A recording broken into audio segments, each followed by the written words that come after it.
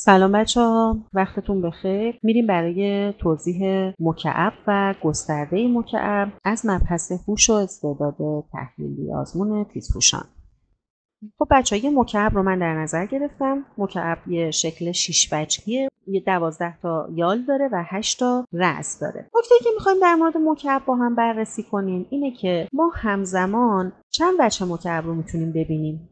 ببینید، من گاهی میتونم، یعنی زاویه دید من ممکنه طوری باشه که از یک مکعب 6 وجهی فقط یک وجه رو ببینم. گاهی میتونه زاویه دید من طوری باشه که از یک مکعب 6 وجهی فقط دو وجه رو ببینم و در بهترین حالت زاویه دید من ممکنه طوری باشه که من 3 وجه مکعب رو ببینم. ما در بهترین حالت میتونیم 3 وجه مکعب رو ببینیم، چیزی که الان توی شکل دارم میبینم. خب ببینید، اون قسمتی رو که ما نمیبینیم تو ذهنمون تصور میکنیم و چیزی رو که ما داریم تصور میکنیم یعنی داریم از هوش تجسمی خودمون کمک میگیریم. چیزی که ما میدونیم این که 3 وجه هم پشت این مکعب هست که چشم ما اون رو به طور همزمان نمیبینه. حالا ما چه وجه‌هایی رو میتونیم ببینیم و چه وجه‌هایی باید تصور کنیم و خارج از دید ماست. ببینید، ما توی مکعب هیچ وقت نمیتونیم وجه‌های مقابل هم رو همزمان با هم ببینیم. من مکعب رو باز میکنم، من اومدم وجه‌های مقابل هم رو رنگاشو مثل هم گذاشتم. این دو تا وجه آبی، دو تا وجه زرد و دو تا وجه سبز گرفتم. من اگه اینو ببندم امکان نداره توی یه حالت مکعب جوری قرار بگیره که من دو تا وجه زرد رو با هم ببینم یا همینطور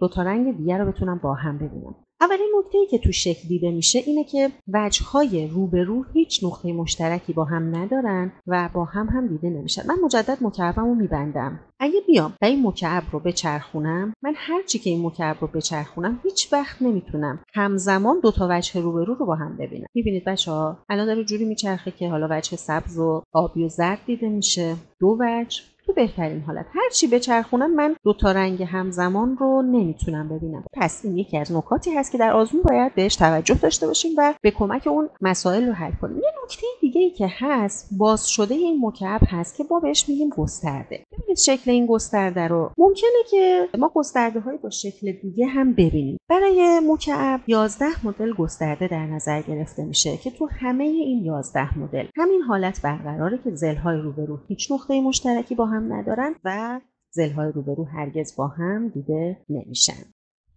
اینجا من 11 مدل گسترده مکعب رو آوردم. من مکعب رو باز میکنم. 11 مدل فرمی که برای گسترده مکعب در نظر گرفته میشه اینجا اومده. من وجه‌های روبرو رو رنگاشو یکسان گذاشتم.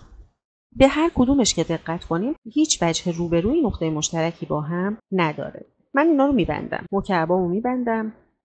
حالا مکعبامو میچرخونم. اصلا امکان نداره تو هر مدل گسترده من بیام و رنگ‌های یکسان رو بتونم ببینم، یعنی وجه‌های روبرو رو بتونم با هم دیگه ببینم. هر جور که بچرخونم من نهایت بیشتر از 3 وجه نمیبینم. بقیه‌شو باید از هوش تجسمی خودم کمک بگیرم. ضمن اینکه وجه‌های مقابل رو هم نمیتونم ببینم. دوباره به 11 مدل دقت کنید و بچه‌ها این 11 مدل رو به خاطر بسپارید. من شکل رو بهتره که بچرخونم و این حالتش رو. این 11 مدل گسترده مکعب که در مواردی که گفتیم با هم مشترکن. با ما همراه باشید. خدایا رو نگهدارتون.